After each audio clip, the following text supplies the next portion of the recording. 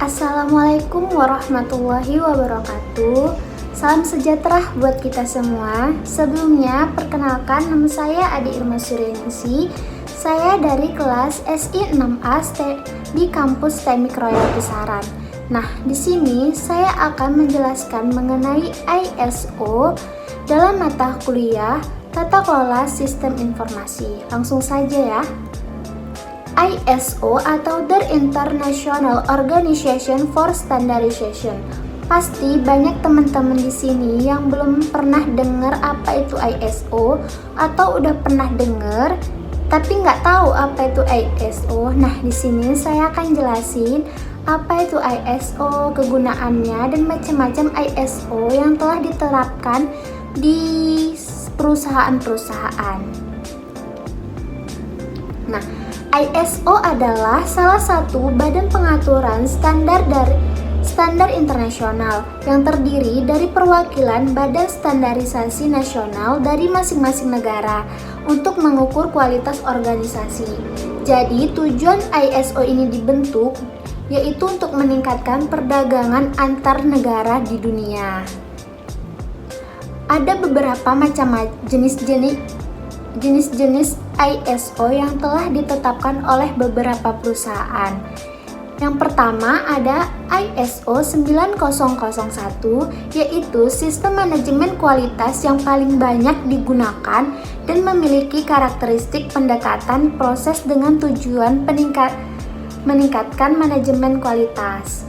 Nah, yang kedua ada ISO 14001. Standar yang terkait dengan sistem manajemen lingkungan. Jadi, beberapa aspek yang dipenuhi dengan standar ini antara lain yaitu pengelolaan limbah, penghematan air, penghematan energi, dan penghematan bahan bakar. Yang ketiga, ada ISP IEG 27001, yaitu salah satu standarisasi yang banyak digunakan untuk sistem manajemen informasi. Biasanya standar ini diterapkan untuk perusahaan di bidang teknologi informasi dan maupun sejenisnya. Yang keempat ada ISO TS 16949. ISO ini digunakan oleh perusahaan di bidang industri otomotif. Jadi, konsep dari standar ini sendiri adalah perbaikan berkelanjutan, pengendalian rantai pemasok, serta tindakan pencegahan. Yang kelima ada ISO IEC 17025. ISO ini dapat digunakan oleh perusahaan yang memiliki persyaratan lembaga pengajuan, misalnya laboratorium dengan jenis yang standar. Nah, ISO ini memungkinkan laboratorium untuk menunjukkan bahwa suatu perusahaan beroperasi secara kompeten dan menghasilkan hasil yang valid, sehingga meningkatkan kepercayaan secara nasional maupun internasional. Nah, yang keenam ada ISO 28000. Nah, ISO ini adalah standar internasional yang membahas persyaratan sistem manajemen keamanan untuk rantai pemasok. Jadi, standar ini menentukan aspek-aspek untuk membantu organisasi menilai ancaman keamanan dan pengelolaan saat muncul dalam rantai pemasokan. Nah, yang ketujuh ada ISO 50001, yaitu ISO ini menetapkan persyaratan bagi organisasi untuk mengembangkan, mengimplementasikan, dan meningkatkan sistem manajemen energi. Nah, jadi ini memungkinkan organisasi untuk mengerti kerangka kerja spesifik yang membantu untuk mencapai peningkatan dalam kinerja energi, efisien, penggunaan, dan konsumsi.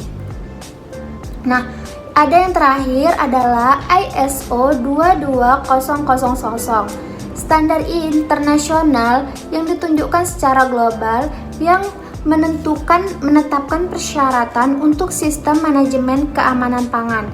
Nah, sistem ISO 22000 ini didirikan pada tahun 2005. ISO ini berlaku untuk semua organisasi yang terlibat dalam rantai makanan, yang tujuannya untuk memastikan keamanan pangan. Nah, ada juga tujuan dan pentingnya ISO dalam bidang bisnis. Yang pertama yaitu meningkatkan kredibilitas perusahaan. Menggunakan ISO dapat meningkatkan kredibilitas perusahaan. Hal ini penting terutama jika Anda ingin bersaing pada market global dunia.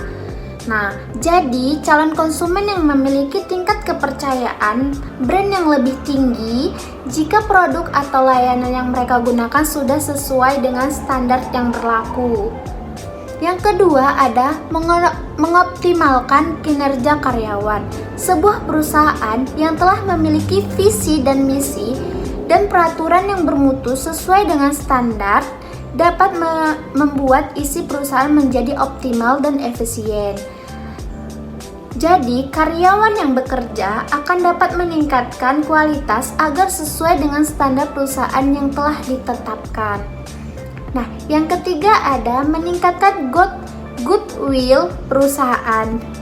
Goodwill dalam bisnis adalah citra yang baik sehingga perusahaan akan dipandang oleh perusahaan mana saja.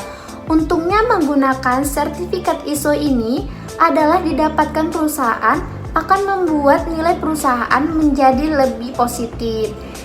Nah, ada juga manfaat yang keempat ini, mencegah pemborosan. Menggunakan sebuah standar adalah antisipasi atau cara untuk mencegah masalah pada produk maupun pelayanan yang diberikan kepada konsumen. Maksudnya adalah ketika perusahaan yang sedang berjalan memiliki masalah dalam sebuah produk ataupun layanannya, tentunya harus memiliki langkah antisipasi. Nah, sekian yang dapat saya jelaskan mengenai ISO. Lebih dan kurang saya mohon maaf.